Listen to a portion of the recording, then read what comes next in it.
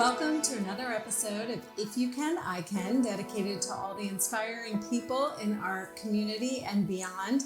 Today's guest is a published author, an accomplished executive who spent 20 years on Wall Street and 20 years as an entrepreneur and business builder.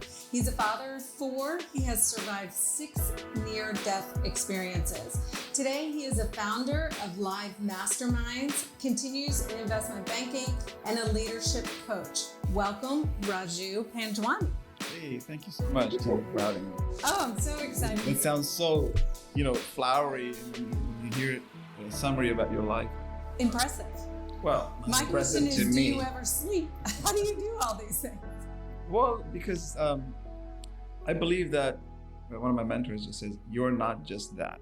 So every night there's a thing that goes off on my calendar that says, I'm not just that. So we have so many facets to our personalities, and I feel there are so many passions we all have, but there's not enough time in the day to express it all. So these last 15 months, I have decided that I'm going to consciously at least pursue 1 or 2, if not more, because it's all about expression. Yeah, that's incredible. So one of the questions I always like to just start off with is, what drew you to Hilton Head? What's your, when did you first start coming here, and how long have you spent time here? And oh, wow, that's a great long question, but I'm gonna try to make these answers brief. So I've been coming to Hilton Head almost for 32 or 33 years. It was a place we discovered just through search back then. There was no Google. Over the years, I've been here pretty much every other year, I would say, throughout these years. And so it's one of my happy places. And so that was it. But I don't think that I moved to Bluffton, by the way, not to Hilton Head, right, 15 months ago. That was just a total, I never heard of Bluffton in my life. Oh my gosh.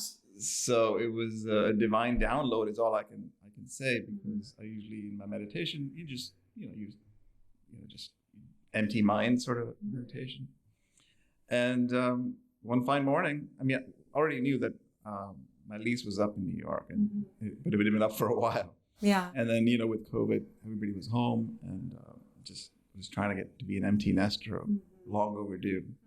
And then one fine morning, Bluffton showed up in my dreams, and I just didn't know what it was. And I came down and I just followed whatever it was and realized it was next to Hilton Head. Mm-hmm. Oh, wow, this must be good.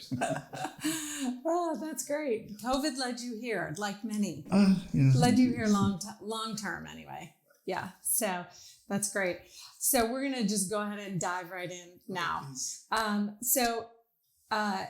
First, I must say, this is the book that you have written, Bold Conscious Leadership. You co-wrote it. It's absolutely incredible. So I highly recommend it.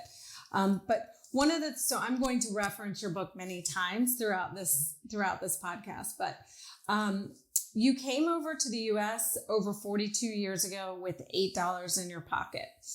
My first question is, where did you come from? Well, I grew up in India, and I had already moved around so much within India. I went to 8 schools, 9 cities or 8 cities. So kind of a vagabond. But yeah, I ended up here. What led you here? An arranged marriage. Oh, okay. Yeah, that's not that well known, yes. Oh, wow. Okay. And then what kept you here? Once you were over here, were you just struck with the United States? You loved it here? I'm really curious. Really? Mm-hmm. You really want to answer? I do. You don't have to answer. No, I'll answer. I'd say I came to this country with this arranged marriage fighting. I didn't want to be in the United States. Mm-hmm. I had read so much that I felt my career was in India. My dad and I were going to be in a partnership together. And you were in finance over there as well? My degree was in finance and economics. Okay. And I was also a chartered accountant, which is, much tougher than CPA. Sure. So accounting and auditing was kind of my thing, but my dad was tax. We were going to partner up and do that. But then he's the one that got me married off. So that's how I ended up here. And then we had our first child rather soon. And my wife at the time, ex-wife now, is a physician, and she just didn't want to pursue her medicine anymore. But we pushed her to do that because somebody had to work, and make a little bit of money, and I had a $10,000 job, $10,000 a year, and so it was just making ends meet. And then after that, it was just when she stopped working.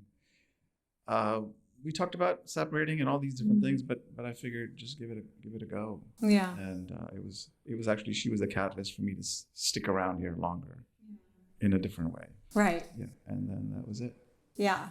So also, you experienced divorce by age 34. You had, as I mentioned in the intro, 6 near-death experiences. Followed by the death of your second wife to stage 4 cancer at age 50. You then became a single parent to the 2 boys. And then you also are the co-author of this book, which I noted too. And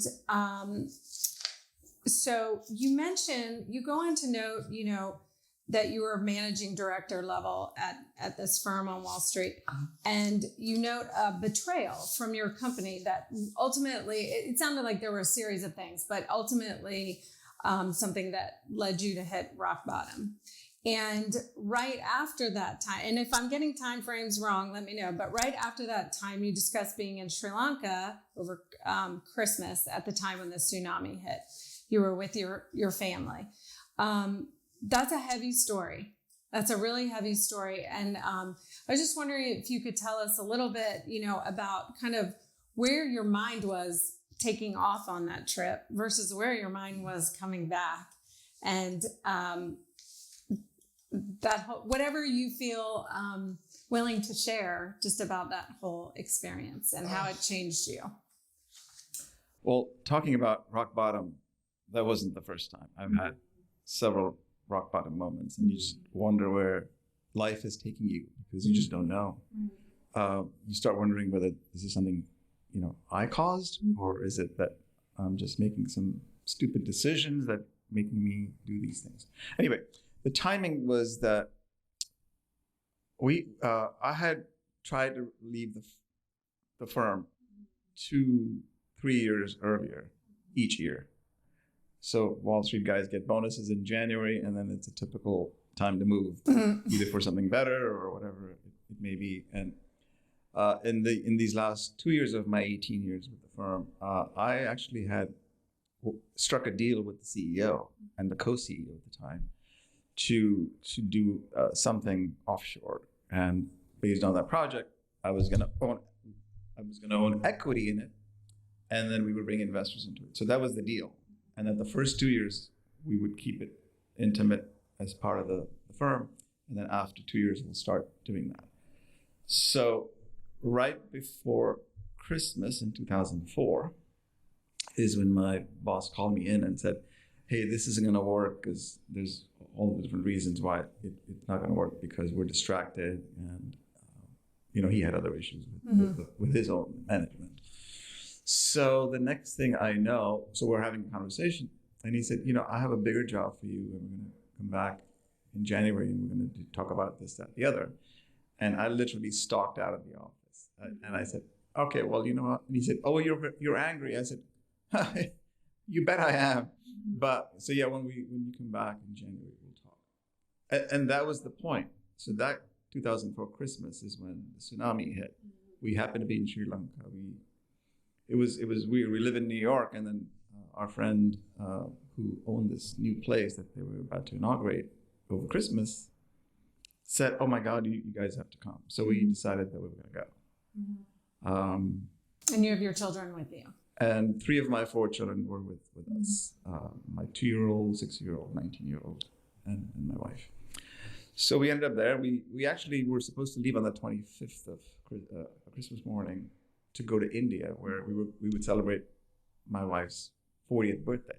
And there were 150 people coming to that. Wow. And it turns out we got a call the night before to say our flight's not booking everybody back into India. We just have to split you up. And we said, no, we're not splitting up. We'll just go the next day. Sure. And that next day is when we were all swept away in the tsunami. Wow. Our friends and us and all of us scattered within, God knows, a quarter mile of each other, and we had no clue what would hit us. And so, did you guys have any warning? Did you know it was coming, or? No, we were in this tiny little village on the coast, and there was a television our host had, but even that, there was no warning at all. Yeah. So the warning systems have been installed now, but back then, 2004, no. Yeah. I didn't even know what a tsunami was, to be honest. Right. Honestly, I didn't really either prior to then. I mean, if I could admit that, yeah. I didn't know. And you mentioned one thing that just struck me as kind of a visual for somebody is this wall of water was moving 80 miles an hour, you said, toward you. I mean, that I don't even know how to comprehend that, but. Well, it's real. I mean, the only thing that comes graphically close to that was shown in a movie called The Impossible. So I'd say that's pretty true when you see it graphically, visually. That story was a little different, but the point is, that was really intense. I mean, and another thing that I feel like is really interesting because it can be used in so many different ways of thought, and I'm not being very articulate at the moment, but you talk about in the book when that happened, you didn't have time to grab your glasses. And so as disorienting as being swept away in water and trying to find family and trying to figure out what the heck's going, process everything, what's going on, where is everyone? And then on top of that, not really being able to see, must have been that just was a a low whole moment. nother layer of fear. Trauma. Yeah. So I was already hydrophobic.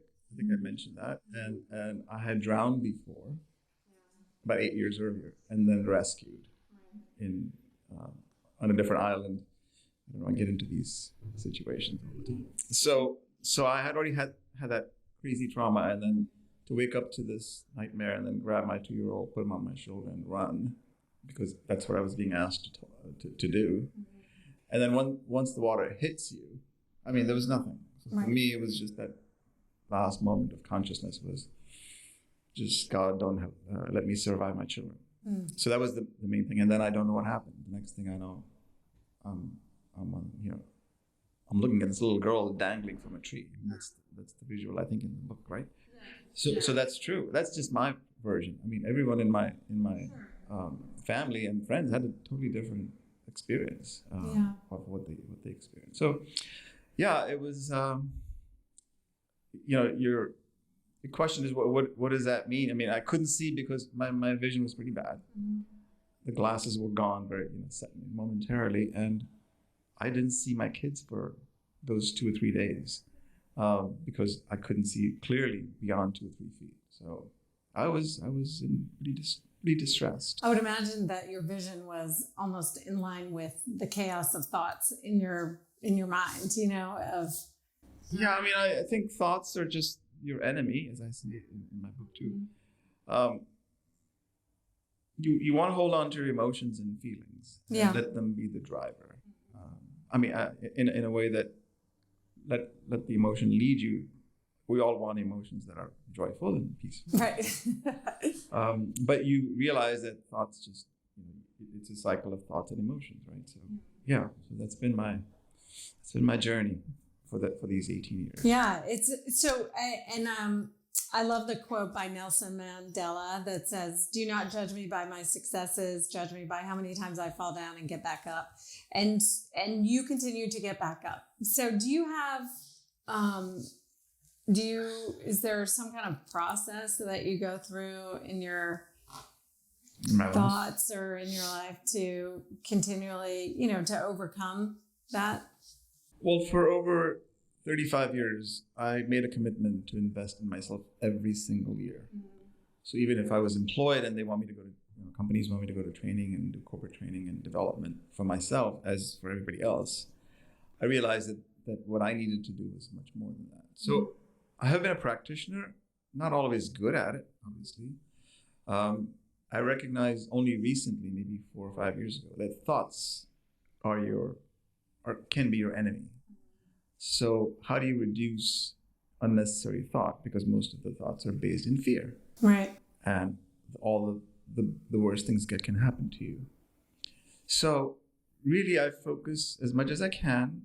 The practices, if that's what you're asking me, there's a lot of breath work, right? So I've learned so many different breath techniques. Over the past 25 years. I've learned different techniques of meditation, yoga regularly.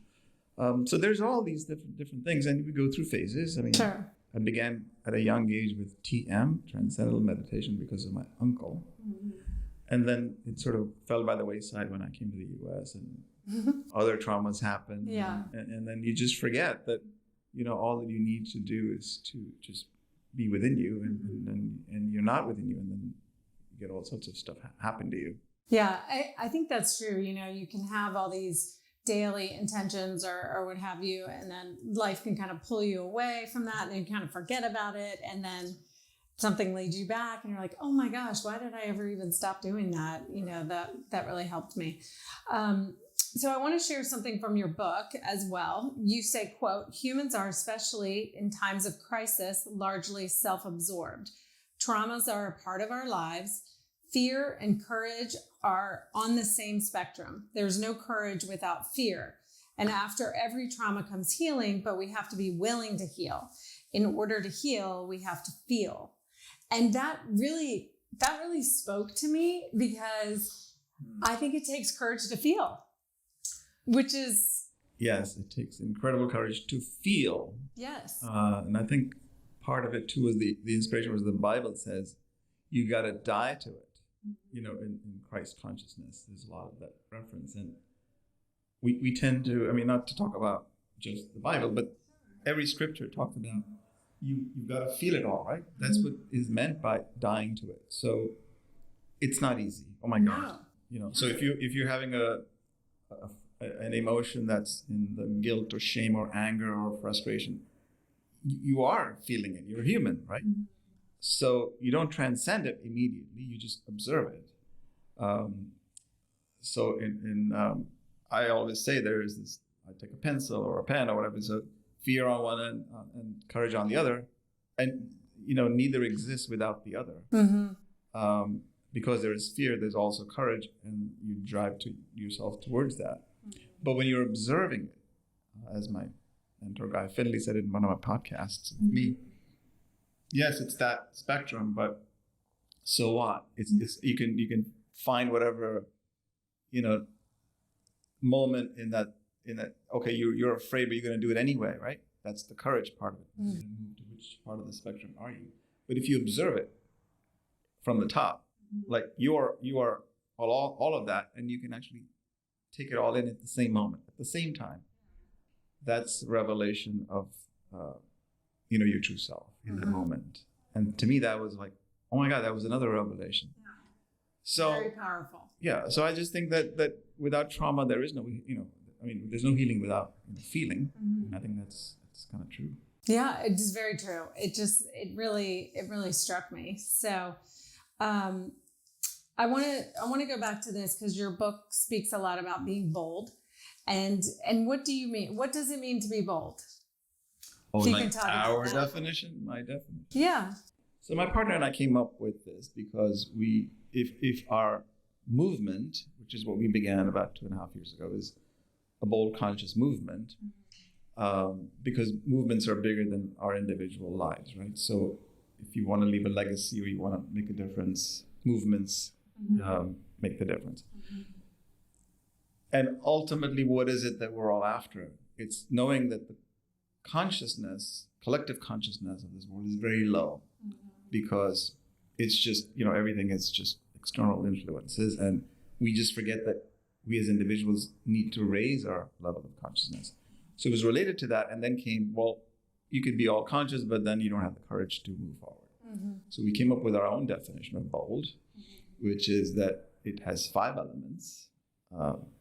Ambition, which anybody that thinks about courage is like, they must be ambitious. They want to do something more in their lives. And ambitions are usually tied with jobs and things like that, or work.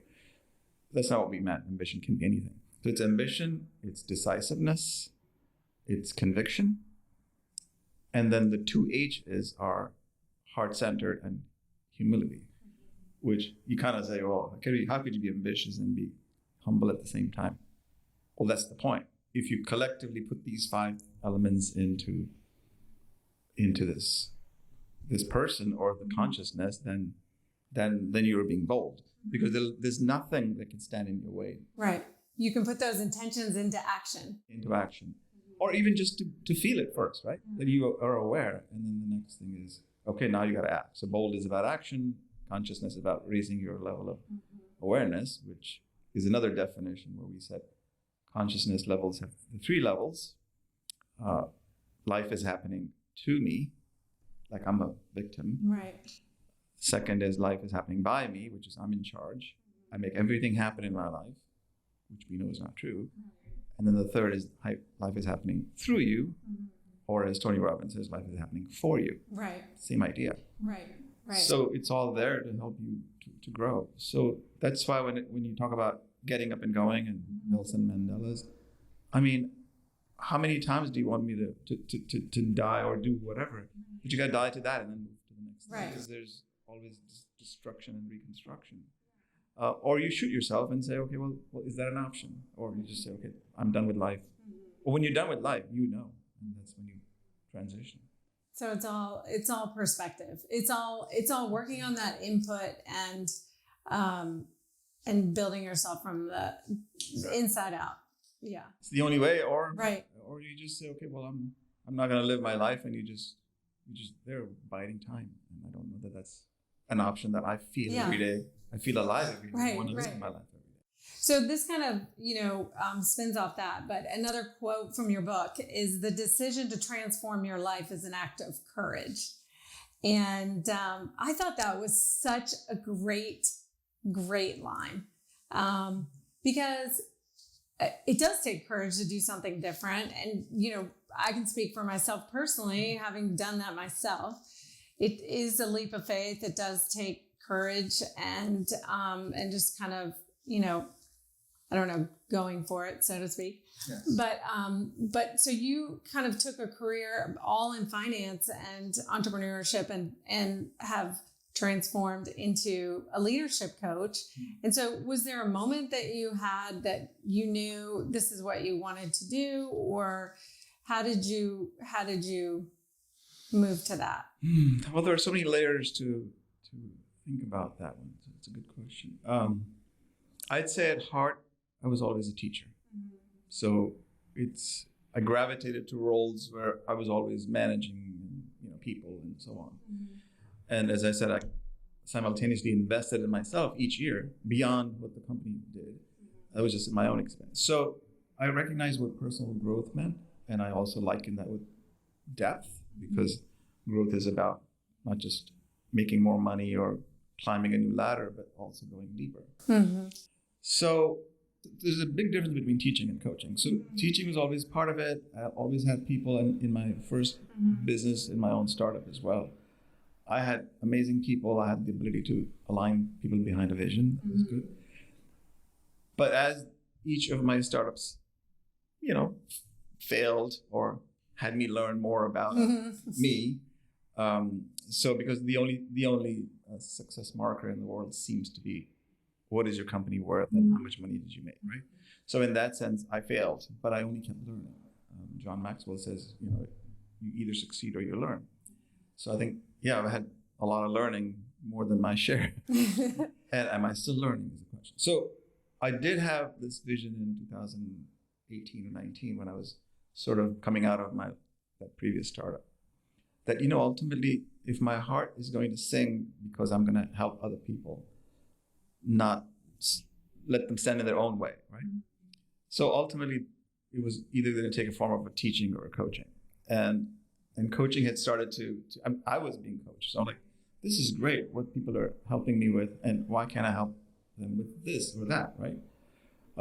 We all had, if you had personal trainers or some other kind of a coach or a health coach, wellness coach, these are pretty common. But now coaching is more accessible to everybody. It wasn't just for C-level or just the big Tony Robbins type of people that would just do coach Oprah Winfrey or whoever, right? Celebrity. So I realized that, hey, I always said this jokingly, is like, I want to be Tony Robbins of Asia or India. But, Tony Robbins, and everybody's different. So I'll be different. So that's how it began. And I just created a business plan or an outline, which is what we all do. And then I just began, because unless you take action, nothing's gonna move. So I just began. I jumped in. Coaching is I think it's, if you've never had some kind of coach in some form, you're missing out. Because if you really want to have growth or change in your life, it gives you that accountability factor, and it's I have a real estate coach, and I just find it to be tremendously impactful. Well, ultimately, it's about accelerating, right? So,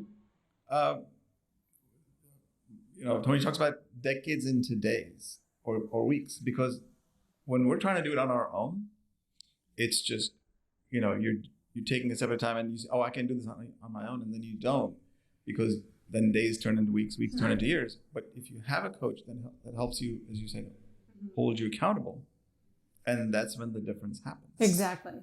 So what, is there an age group or anything that you're mostly focused on or anything, or? We weren't. So in our first cohort, we had someone at 24 years old and all the way to 80. Mm-hmm. But as now I'm doing this on my own and continuing this, what I'm starting to attract is people probably like me, who were like 10 years ago or 15 years ago. Okay. Who I was 10 years ago. Sure. So it's midlife, it's transition time, and oh my God, how do I deal with this? Mm-hmm. All the consequences of being in that midlife.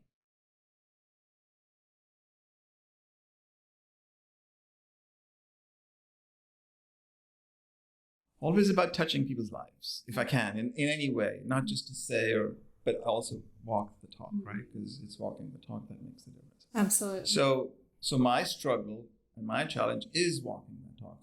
So but okay, I say this, do I mean it? Mm-hmm. And then I apply it to my life. And it's hard. Listen, if it was easy, everybody would be doing it.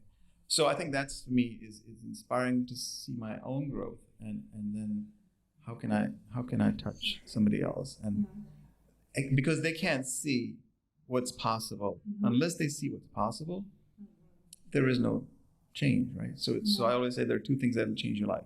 Either a catalyst happens, like maybe happened to you, happened to me.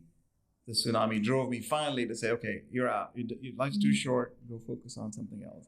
And we call that mortality motivation. Right. Mortality motivates me every day. Or you just have this inner calling that I'm going to, do this or do that. That's rare. So are you waiting for a catalyst, or you want to just simply jump in and say, okay, I'm inspired. Let me just go change my life today. I love that. That's a great answer. How can people find you? How can they find you online? If they were interested in coaching with you, how would they do that? Well, I jokingly say, just Google me and you'll find so much about me. That is true, by the way. My life seems to be an open book, and sometimes that's not so good. So our website is called boldconsciousleadership.com.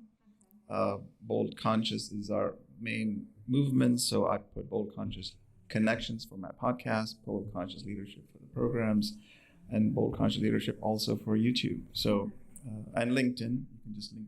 Very good. So last question I always ask every guest: what advice would you give to somebody whose life was going about seamlessly and it suddenly took a hard left? Oof. I'm so used to hard lefts that I don't know what's coming next for me. I would say literally stop focusing on the outside world. Focus inward immediately to start breathing, because you have all the tools you've been given. I'm not talking about spiritually. I'm simply saying you are a spirit in a human body. If you don't believe that, then you got another thing coming, because day to day you actually behave based on your deep belief system. I say to everybody, start questioning your belief system. Not that it's wrong or right, but it's time to question it when you're feeling a certain way and life has taken a left. And what is it that you're What is it that you feel in deep in your heart, and connect with that, because the answers are all there. Great. That's great advice. Great advice. Thank you so much for joining me today. I really appreciate it. I know you're very busy and time is valuable. So I really think that, all of your encouraging words and everything you had to say, your story will impact many. So I appreciate your time here, and we'll have to reconnect again soon. Well, thank you for having me. This is such a pleasure. Yeah, my pleasure, my pleasure. So thank you so much for joining us today. And if you have a guest you'd like to nominate, please text or call me at 843-368-1300. Pick up a copy of this book. It is incredible. And go out there, win your day. And remember, if you can, I can.